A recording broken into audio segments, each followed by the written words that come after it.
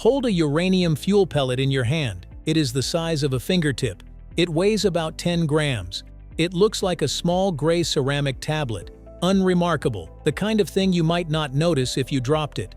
That pellet contains as much energy as a ton of coal, or around 400 liters of oil, or thousands of cubic feet of natural gas, the same tiny object. This is not a matter of burning more efficiently. The energy inside that pellet is not released by burning at all. It comes from something deeper than combustion, from the nucleus of the atom itself. And understanding why that is true is understanding something genuinely surprising about the physical world and about the choices humanity has had to make around it. The real reason uranium holds so much power in so little space is one of the most consequential discoveries in human history. Let's get into it right here on Small Things.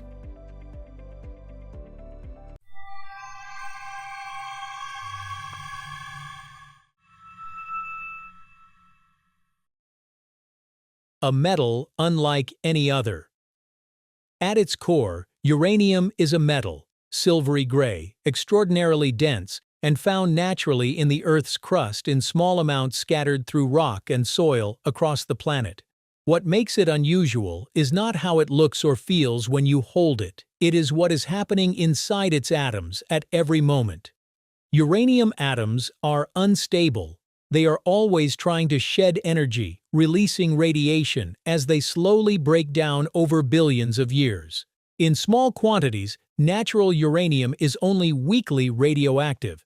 It is actually more of a chemical hazard than a radiological one. Handling a small piece is not immediately dangerous, but locked inside a specific and rare form of uranium, a variant called uranium-235, is a property that changes everything. Under the right conditions, the nucleus of a U-235 atom can be made to split completely apart. And when it does, the energy released is incomparably larger than anything that happens in ordinary chemistry. This is the fact that changed the world. From colored glass to chain reaction. It did not begin with atomic bombs or power stations. It began with colored glass. Uranium was first isolated as an element in 1789 by a German chemist named Martin Heinrich Klaproth, who was analyzing a dark mineral called pitchblende.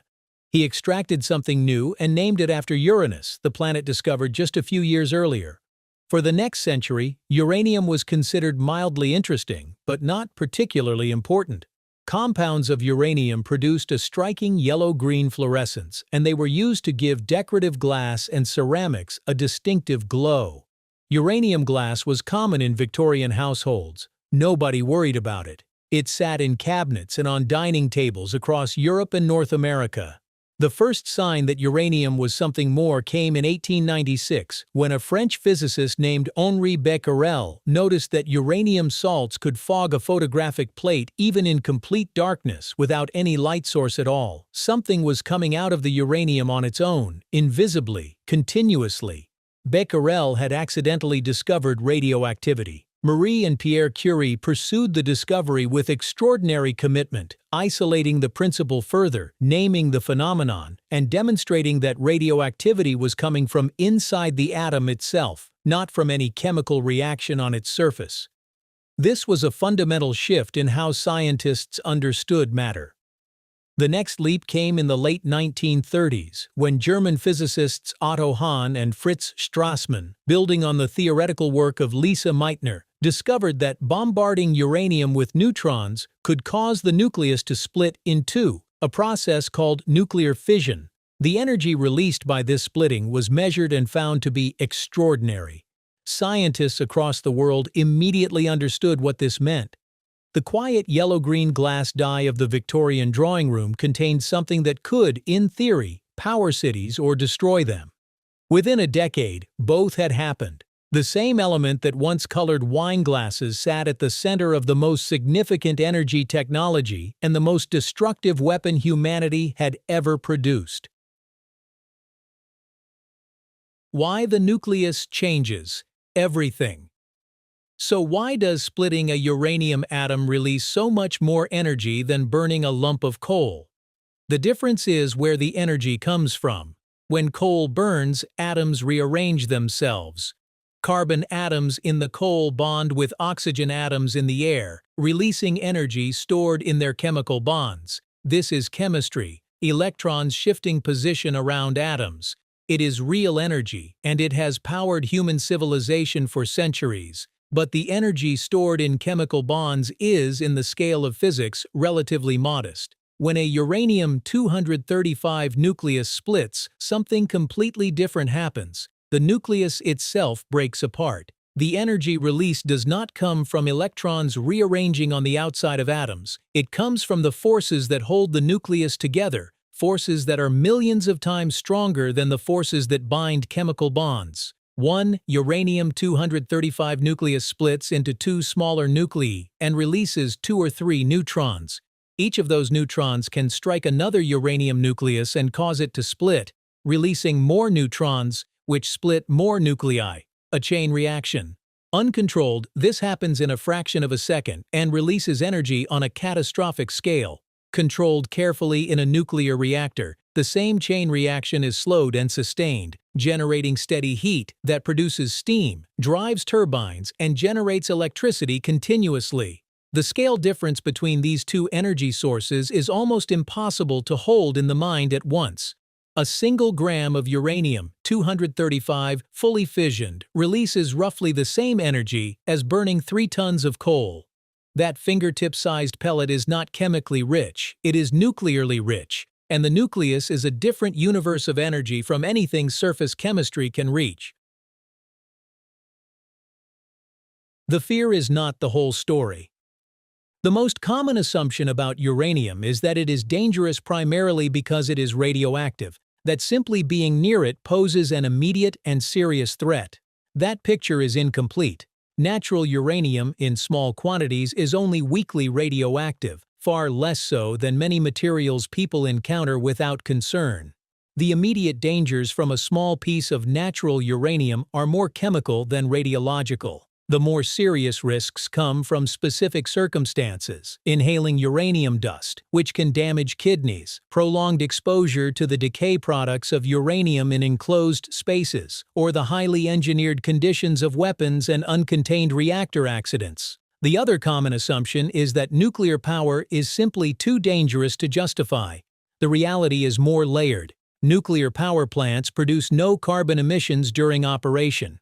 A single reactor can supply electricity to millions of people for decades from a fuel source compact enough that the annual fuel for a large plant could fit inside a single room. The safety record of nuclear power, measured by deaths per unit of energy produced, compares favorably with many energy sources people consider safer. The genuine concerns are real. Radioactive waste remains hazardous for thousands of years, and no country has yet implemented a permanent geological storage solution at full scale.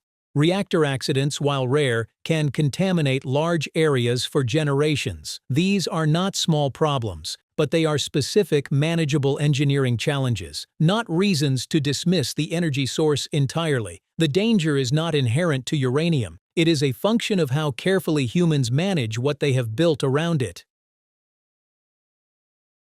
Both ends of the same discovery. Today, you will find uranium quietly powering roughly 10% of the world's electricity inside nuclear reactors across more than 30 countries without burning a gram of fossil fuel. France generates around 70% of its electricity from nuclear power. The United States runs the world's largest fleet of nuclear reactors. China is building new reactors faster than any other country, driven by the need to generate electricity at scale without increasing carbon emissions. In a world searching urgently for low-carbon energy, uranium has returned to the center of the debate with new weight behind it. But uranium's history also includes the bomb dropped on Hiroshima in August 1945, made from highly enriched uranium-235, which killed tens of thousands of people in a single moment. It includes decades of nuclear testing, the Cold War arms race, and accidents at Chernobyl and Fukushima that displaced hundreds of thousands of people and left landscapes uninhabitable for decades. These are not separate stories about different aspects of uranium. They are the same story, told from both ends of the same discovery. The pellet that replaces a ton of coal and the weapon that leveled a city share the same physics, the same element, and the same chain reaction. What separates them is the choice humans made about how to apply what they found. Power and responsibility. So why is uranium so powerful? Because the energy inside an atomic nucleus is not the energy of chemistry. It is the energy that holds matter together at its most fundamental level, and when it is released, even from the smallest quantities, the scale of what follows is unlike anything that surface chemistry can produce.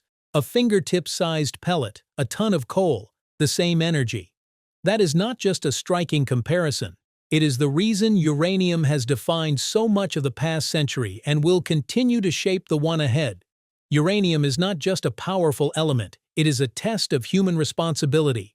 The same invisible energy inside its atoms can light up millions of homes or become one of the most destructive forces ever created. The real question is not only how much power we can unlock, it is how wisely we can control it. If this changed the way you think about the energy powering the world around you, let us know in the comments what you want us to explore next. We might make it our next episode. Thanks for watching. History often hides in the smallest details.